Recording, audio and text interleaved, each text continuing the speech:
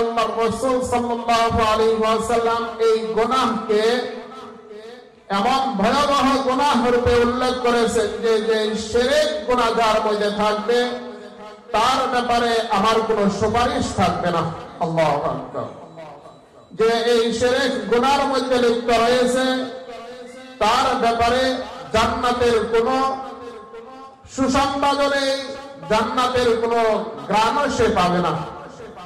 আল্লাহ তাআলা পবিত্র কোরআনুল কারীমের মধ্যে বলতেছেন, লা তুশরিক বিল্লাহ, তোমরা আল্লাহর সাথে কাউকে শরীক করো না।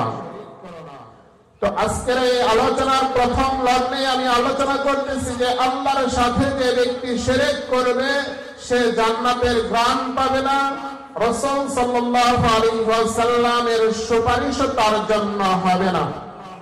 সেজন্য আল্লাহর ব্যাপারে একত্ববাদের বিশ্বাস নিয়ে, আল্লাহ আমাকে সৃষ্টি করেছে, আল্লাহ আমাকে পালেন, আল্লাহ আমার রিজিক দেন, আল্লাহ সবকিছু করেন, এরকম একত্ববাদের এক আল্লাহর প্রতি বিশ্বাস রেখে ঈমান ও আকীদাকে সহিহ করে আল্লাহ তাআলা যেন আমাদের সবাইকে কবর জগতে যাওয়ার তৌফিক দান করেন।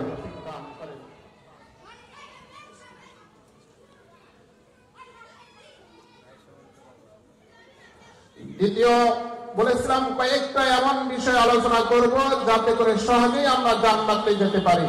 তার মধ্যে থেকে প্রথম নম্বরে ধরেছি যে শিরক গুনাহ করেওয়ালা জান্নাতে যাবে না। দ্বিতীয় নম্বরে যেটা তুলে ধরতেছি, আত্মীয়তার ছিন্নকারী যারা থাকবে তাদের ব্যাপারে আল্লাহর রাসূল এরকম কঠিন হুঁশিয়ারি দিয়েছেন। যারা আত্মীয়তার সম্পর্ক রাখে না, আত্মীয়তার সাথে সুসম্পর্ক গড়ে তোলে না, তাদের ব্যাপারে রাসূল ঘোষণা দিয়েছেন তারাও জান্নাতের কোনো ঘ্রাণ পাবে না। আত্মীয়তার সম্পর্ক একটি আজীব সম্পর্ক।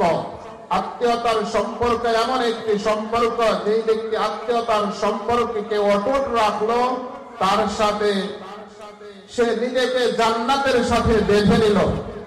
সেজন্য আত্মীয়তার সম্পর্ককে সুদৃঢ়ভাবে কায়েম রাখতে হবে। আল্লাহ তাআলা আমাদের সবাইকে আত্মীয়তার সাথে সুসম্পর্ক রাখার তৌফিক দান করুন।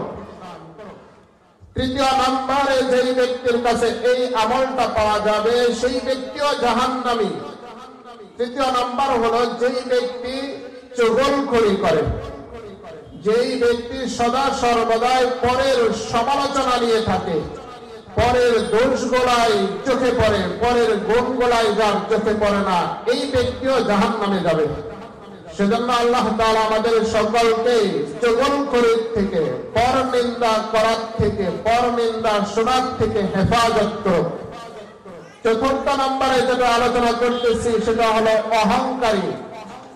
যদি কেউ অহংকার করে, অহংকারের কারণে, দাম্ভিকতার কারণে সে নিজেকে এমন মনে করে যে বড়কে সম্মান করে না, ছোটকে স্নেহ করে না, এবং তার আত্মীয় স্বজন, পাড়া প্রতিবেশী, বন্ধু বান্ধবের সাথে অহংকারী ভাব নিয়ে চলে, আল্লাহর রাসূল এর ব্যাপারেও জাহান্নামের ফয়সালা ঘোষণা করেন। ষষ্ঠ নম্বরে আলোচনা করতেছি যার কাছে এই গুণটা থাকবে তাকেও জাহান্নামী বলে ঘোষণা করেছেন যে প্রতারক, মানুষকে ধোঁকা দেয়, কথাই কথাই যে মানুষকে ধোঁকা দেয়, এই ব্যক্তির ব্যাপারেও ফয়সালা হচ্ছে যে সে জাহান্নামী হবে। সপ্তম নম্বরে আলোচনা করতেছি কৃপণতা।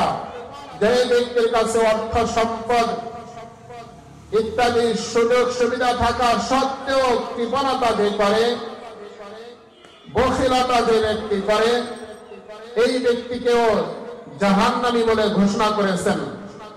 এই কৃপণতার ব্যাপারে কোরআন ও হাদিসে সুন্দর সুন্দর আলোচনা আছে।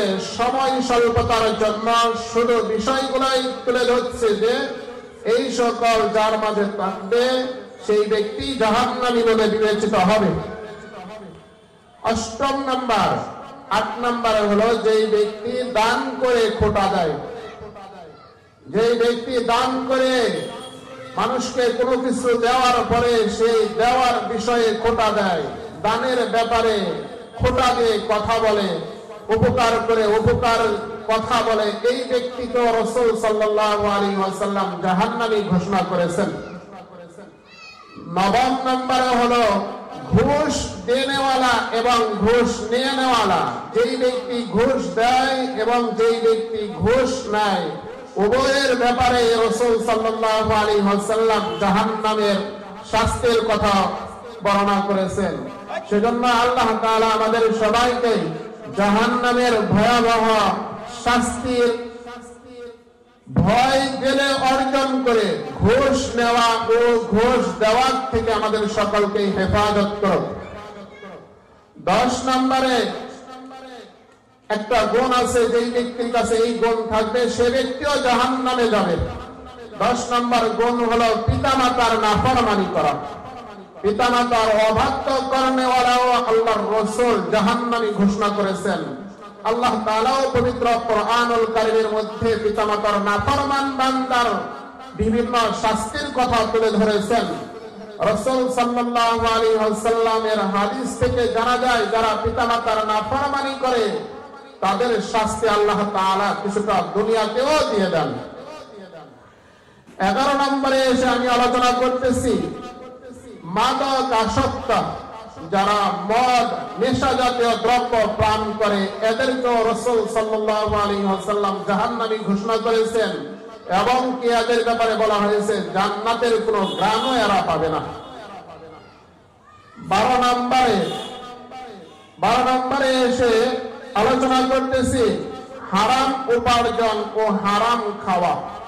যারা হারাম উপার্জন করে, হারাম পথে উপার্জন করে, হারাম খায়, হারাম ভক্ষণ করে, রাসূল সাল্লাল্লাহু আলাইহি ওয়াসাল্লাম তাদের ব্যাপারেও ঘোষণা করেন এই সকল ব্যক্তি জাহান্নামে যাবে।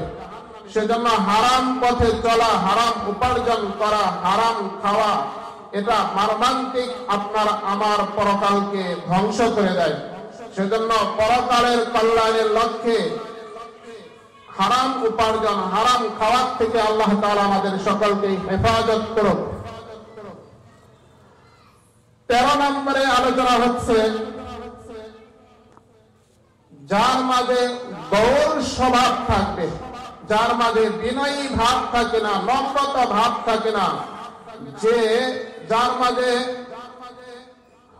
গোয়ারের ভাব থাকে, বাংলা ভাষায় কথা বলে গোয়ার, যার দিলে কোনো মায়া থাকে না, দয়া থাকে না, মানুষের সাথে কঠোর ব্যবহার করে, কথার মধ্যে কোনো রস থাকে না, গোয়ারের মতো কথা বলে, কোনো মায়া দয়া নেই, মানুষের সাথে খুব খারাপ দৃষ্টি ব্যবহার করে, আল্লাহর রাসূল তাদেরকেও জাহান্নামী বলে ঘোষণা করেন।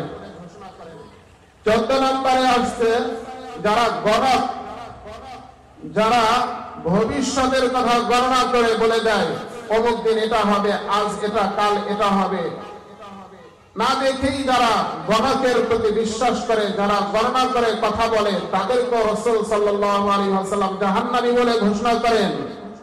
15 নম্বর জাদুকর, যারা জাদুটোনা করে, যারা মানুষকে জাদু করে বিপদগ্রস্ত করে, যারা মানুষকে জাদু করে কষ্টের মধ্যে ফেলে, এদেরকে রাসূল সাল্লাল্লাহু আলাইহি ওয়াসাল্লাম জাহান্নামী ঘোষণা করেন। 16 নম্বর হলো ওই সমস্ত ব্যক্তি যারা সিল্কের কাপড় পরে, যারা পাতলা কাপড় পরে এমন ভাবে যে নিজের শরীরকে একেবারে উলঙ্গপনা করে দেখায়, রাসূল সাল্লাল্লাহু আলাইহি ওয়াসাল্লাম এই সকল ব্যক্তিদেরকেও জাহান্নামী বলে ঘোষণা করেন।